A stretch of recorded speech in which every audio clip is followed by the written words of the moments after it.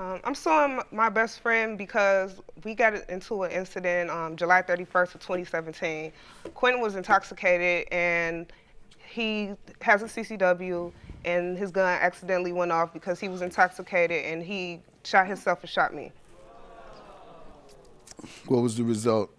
The result of it, the bullet hit me in my arm. It shattered my ulnar bone. So I have a metal plate and 7 screws inside of my arm just for the bone to grow back properly. I also had 80% of nerve damage, and the doctors told me I would never have my feeling or my movement back in my head for the rest of my life. You giving him a break, obviously, in terms of you're not trying to sue him for 50, 100,000, couple 100,000, because that's what she can get out of here.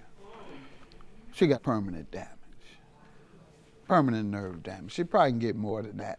And you can dismiss this, and depending on how much y'all friends in the future, you know, that's what you would get. And perhaps from his insurance company, if you are, where did it occur? It occurred inside of his vehicle. Oh yeah, you can probably get auto insurance to pay that claim against him, I suspect.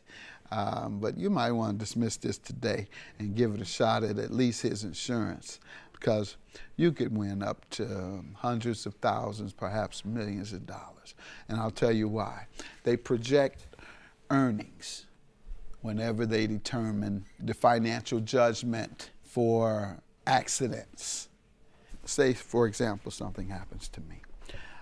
Say, whatever the case, I can't speak anymore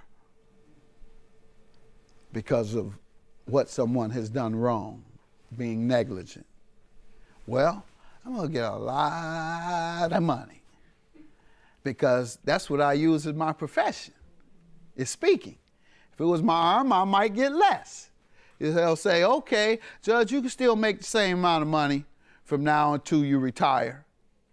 But if it's something where I can't speak anymore, then I've lost my entire opportunity to make a high-level living, because that's how I make a high-level living, using my mouth.